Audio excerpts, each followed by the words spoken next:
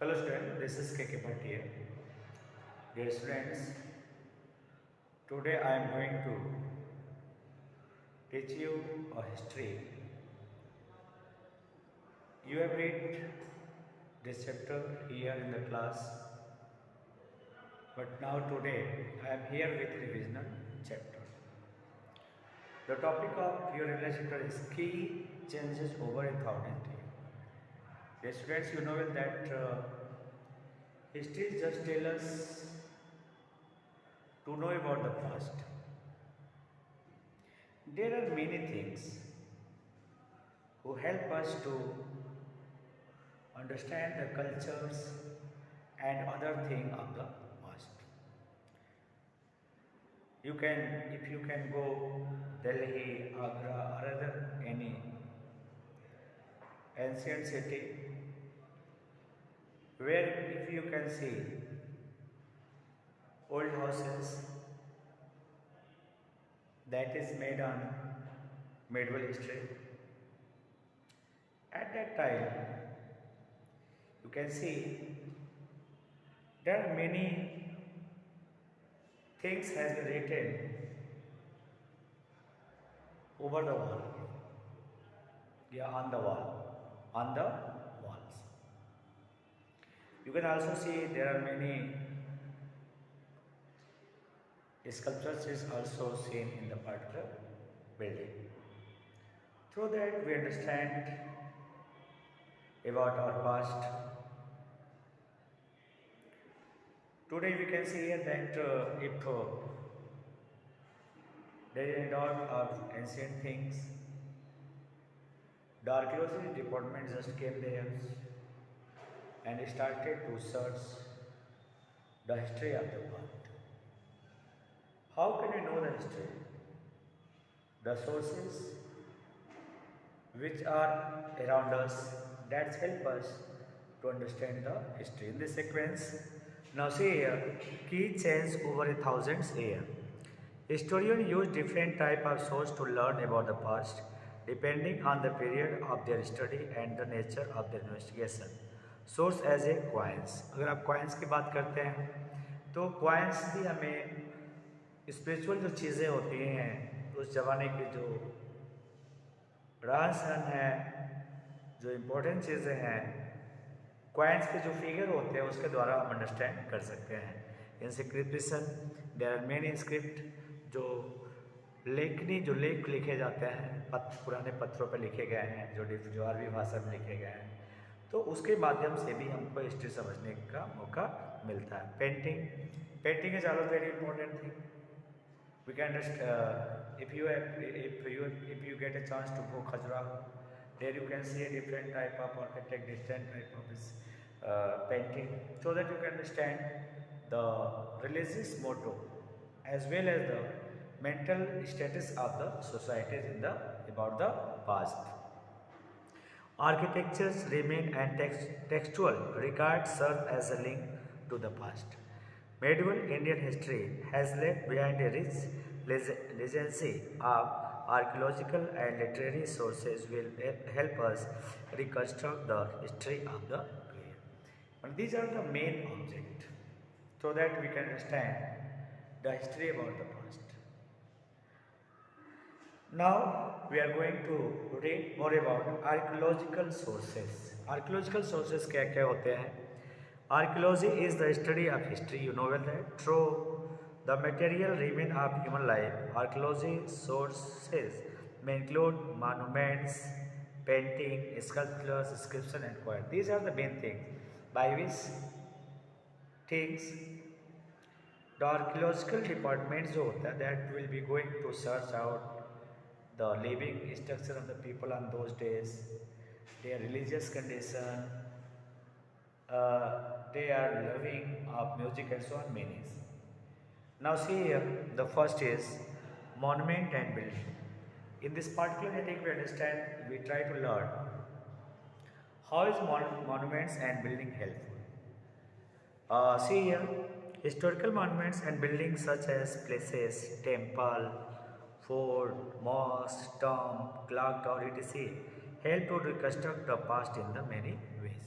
If you want to know about past, we have to go to observe those houses who are the past. अगर आप जाते हैं तो देखते हैं वहाँ तरह तरह की डिज़ाइनें बनी रहती हैं, कुछ इंस्क्रिप्शन लिखे रहते हैं, कुछ स्क्रिप्ट लिखी रहती हैं, और जो उन समय के राजाओं के बारे में या वहाँ के लोगों के बारे में हमको इन्फॉर्मेशन देती है। कैसे लोग यात्रा करते थे, कैसे लोग चीज़ों को संभालते थे, पारिवारिक व्यवस्था क्या थी, ये सारी चीज़ें हमको देखने को मिलती है through the history. To begin with this building reveal means open the architectural styles and cultural influence of the period. मतलब आप समझ सकते हो कि कल्चरल इन्फ्लुएंस कैसा रहा, सांस्कृतिक प्रभाव कैसा रहा, रिलीजियस प्रभाव कैसा रहा, ये सारी चीज़ें हमको उससे मिल जाती हैं। The famous monuments of the medieval period include the Humayun tomb. आप हुमायूं टॉम्ब जाएंगे, गुम्बद जो उसको देखेंगे तो वहाँ भी आपको बहुत सारी चीज़ें, Qutub Minar, it's very famous for you, and there are many students have seen Qutub Minars. So if you see Qutub Minars, there you can see big domes and so on, many things which tell us the history of our ancient time. Qutub Minar mosques such as the Qaur-ul-Islam and Jama Masjid, Red Fort from Delhi, Taj Mahal from Agra, Hosla temples, etc. They provide invaluable information regarding the architecture skill of worker. मतलब आप समझ सकते हो, उस building को देखने के बाद आप समझ सकते हो कि जो हमारे वर्कर थे, जो हमारी टेक्नोलॉजी थी, कितनी स्ट्रांग थी। In those days there is no use of bar और छड़, cement, people just use stones and lime to make such type of building, and those building just remain today with the in those conditions who made 600 or 700 years ago. तो ये technology जो है वो हमें बताती है कि उसमें भी हमारा जो साइंस था और जो टेक्नोलॉजी थी, जो आर्कियोलॉजी डिपार्टमेंट था, जो टेक्नोलॉजी थी हमारे कितनी स्ट्रांग थी। ताजमहल को आप देख करके सरप्राइज हो जाओगे, उसको अजूबा भी कहा जाता है, 7 वंडर्स में भी आता है, स्ट्रेंज बिल्डिंग के रूप में जाने जाते हैं। तो आप सोच सकते हो कि उस समय के जो आर्किटेक्चर थे, जो भवन का निर्माण करते थे, आजकल के किसी वैज्ञानिक से कम नहीं थे, आजकल के किसी आर्किटेक्टर से कम नहीं थे। They have deep knowledge and creates those building which can't able to be rebuild. ऐसे बिल्डिंग दोबारा बनाई नहीं जा सकती। अब आगे आप देखेंगे, they provide visual information regarding the architectural skill of worker, material used to construct these monuments, and the mode of transportation in use. Beside the culture and religious belief prevailed during the period under the study, और बहुत सारी चीज़ें होती हैं जो इसके अंदर पढ़ते हैं। अब आते हैं बेटा इंस्क्रिप्शन पे।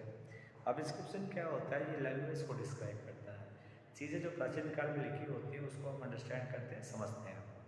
Inscription are writing engrave on solid surface including rocks, चट्टान पे आप लिखते हो, मेटल्स पे लिखते हो, पिलर्स पे लिखते हो, स्टोन पे लिखते हो, and other instruments written in various language and script. This inscription record royal proclamations, religious instruments, instruction and gift to temple people और विलेज। तो ये बहुत सारी इंफॉर्मेशन हमको इसके द्वारा माध्यम होती है।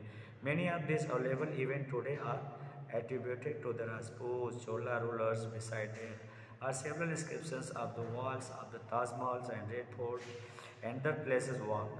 All these inscriptions usually tell us about the social and economic condition of the people.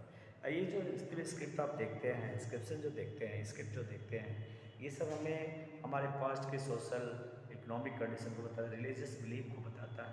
इस तरह से हम समझ सकते हैं हिस्ट्री को अच्छी तरह से। इसके बाद coin is also play very important role. जो सिक्के होते हैं वो भी बहुत इंपॉर्टेंट रोल प्ले करते हैं, क्योंकि आप जानते हैं पहले गोल्ड के सिक्के बनते थे, फिर तांबे के सिक्के बनते थे, फिर कांच के। इस तरह से टाइम टू टाइम जो चेंजेस होते हैं वो हमारे सामने आते हैं। आप सोचो जब सोने के सिक्के बनते थे तो अगर आदमी के पास आज एक सोने का सिक्का हो तो अपने आप को नहीं समझेगा, और उस समय लोग सैकड़ों सोने के सिक्के मोहरे रखते थे। यानी आप समझ सकते हो कितना वेल्दी, कितनी प्रॉस्परस कल्चर हमारा था, कितनी प्रॉस्परस हमारी संस्कृति थी। Coins give us invaluable information about the polity and economic of the period. यानी कॉइन से हमको समय के इकोनॉमिक के बारे में पता चलती है। The writing on the coins generally convey the names, date of issue, title and portrait of kings and occasionally even their dynastic event. अब देखोगे सिक्कों में बहुत सारी चीज़ें होती हैं, जो डेट होता है, ईयर्स होते हैं, उनके जो राजा उनकी फ़ोटो होती है, उसके द्वारा हम उस डायनेस्टी को समझने की कोशिश कर सकते हैं। कॉइन्स तो light and religion, economic conditions, trade etc. The compositions of the metals and alloy used in the coins tell us about the scientific advancement attained during the corresponding period. Moreover, the distant places where the coins are excavated give an idea even the extent of the empire. The Sultanate of Delhi, the Mughal emperors, and Chola and other regional rulers issued many coins. तो ऐसे जो शासक थे जिन्होंने coins का निर्माण किया, जो कॉइन्स को बताया। अब हम आते हैं how to understand the history of painting and sculpture. Painting के द्वारा कैसे हम समझते हैं उसको। Painting and sculpture also give important information about medieval history. ये भी अभी बताते हैं मिडिवल हिस्ट्री के बारे में। The painting reflect themes of religious, forest life, court scenes, mythological stories, lifestyle of peoples and food। मतलब यू कैन से पेंटिंग के माध्यम से बहुत सारी चीज़ें रिफ्लेक्ट करते हैं, बताते हैं कि उस समय आदमी कैसे रहता था, क्या खाता था, उसके खाने का तरीका क्या था, उनका लिविंग स्टेटस कैसा था, कैसे वो हैप्पीली यूनाइट होकर के रहते थे। बहुत सारी विसंगतियाँ जो थी उसको भी हमें जानकारी मिलती है। Different style of miniatures painting also involve period during the period. The bronze sculptures of the Nataraja, ये नटराज डांसिंग शिव, जिसमें शिव भगवान को डांसते हुए दिखाया गया है, ये representing of the sculpture during the period, उस पीरियड के बारे में बताता है। The sculptures were made of bronze, wood और stones and depicted figure of gods, goddess, queen and king. यानी जो बनते थे पेंटिंग, जो बनते थे स्कल्पचर, ठीक है, उसमें लकड़ी के बनते थे, स्टोन के बनते थे, तो उसमें हमें देवी देवताओं के पिक्चर मिलते थे, राजाओं के पिक्चर, रानियों के पिक्चर। इस तरह से हमें उस समय के राजाओं के बारे में, उस समय के देवी देवताओं के बारे में हमको जानकारी मिलती है। अब लिटरेसी और लिटरेरी सोर्सेज में देखो क्या है, बायोग्राफी है, ऑटोबायोग्राफी क्या है, क्रॉनिकल है, तो ये सब हमारे लिटरेरी सोर्सेज होते हैं। Much of our understanding of the medieval period of Indian history comes from a plethora of written source. These include both religious and non-religious sources. Or even the form of biography and autobiography. You know what is important? Biography and autobiography. Biography means if you write a story about someone, आप किसी के बारे में कुछ लिखते हैं, वो आदमी खुद न लिख करके कोई और व्यक्ति लिखता है, तो बायोग्राफी कहलाती है। ऑटोबायोग्राफी जो व्यक्ति खुद अपना लिखता है, जैसे मान लो अगर कोई व्यक्ति अपने बारे में डिस्क्रिप्शन देता है तो वो कहलाता है ऑटोबायोग्राफी। मतलब जो लेखनी हमको मिलती है लोगों की ऑटोबायोग्राफी या बायोग्राफी मिलती है, उसमें बहुत सारी चीज़ें हैं जो हमारे सामने निकल के आती हैं कि कैसे लोग उस समय के लोग कैसे हुआ करते थे, या वो क्या चीज़ें लिखते थे। तो लिटरेरी भी बहुत सारे उनके बारे में हमको बहुत सारी जानकारी मिलती है। At time called names in Persian and historical account by pilgrims, traders and royal ambassadors. The literary source usually categorized into indigenous and foreign writing convert subject to the religious, economic, politics, culture, etc. A variety of languages such as Persian, Sanskrit, Arabic, Urdu and many other languages, regional languages are used to produce the writing. This literary devices are in different languages. Some are in Greek, some are in German, some are in Sanskrit, some are Persian, some are Urdu, Arabic, and so on. Many. It is interesting to note that paper was still not in the use in the Indian subcontinent during the early medieval period. आपको जान करके आश्चर्य होगा कि उस समय जो medieval काल था पेपर यूज नहीं होते थे। People do not use paper. Palm leaves, bark of birds, trees and animal skin were used as a material for writing. तो उस समय लोग क्या यूज़ करते थे आप समझ सकते हो, पाम लीव्स। दूसरा क्या है, जो पेड़ होते हैं उसके जो उसको चीर करके चिकना बना करके उस पर लिखते थे। एनिमल स्किन को ड्राई करके लिखते थे। Were use it material for writing. It was only in the late medieval period that paper become the main writing material.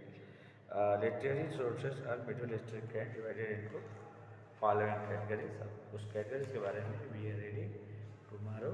ठीक है, हम कल आपके बारे में चर्चा करेंगे। Thanks to watch my video. I hope you will like, share in your group too, and subscribe also. Thanks again to watch my